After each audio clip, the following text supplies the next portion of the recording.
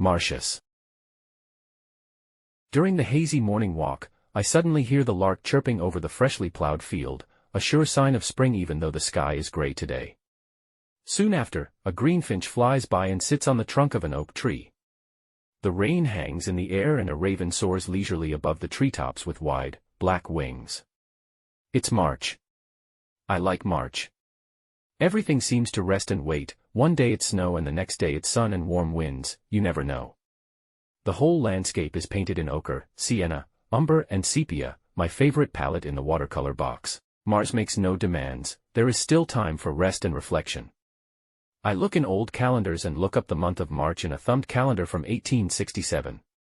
At that time, March, like the other months, had a Latin name, Martius.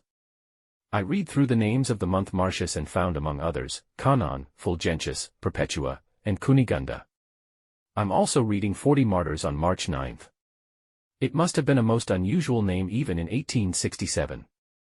It turns out that it is about 40 Roman soldiers who died a martyr's death in 320 by freezing to death rather than renouncing their Christian faith, hence they got their own day.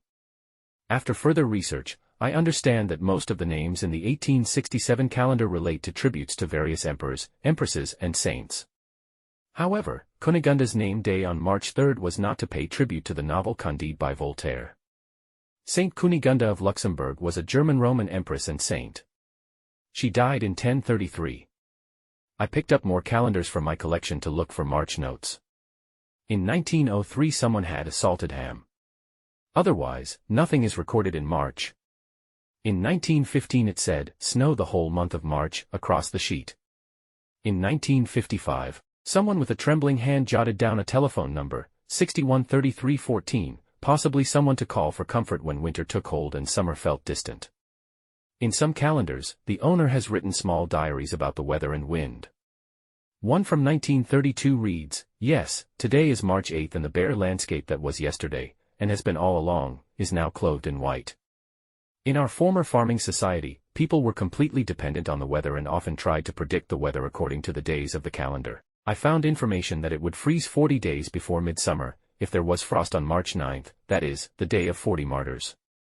So it remains to be seen what the weather will be like on March 9th, today is 3 days until then. In the 1932 calendar it is also written, those who live may see. And it's true.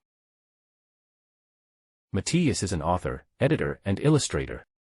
We hope you liked this episode. Don't forget to like, comment and subscribe.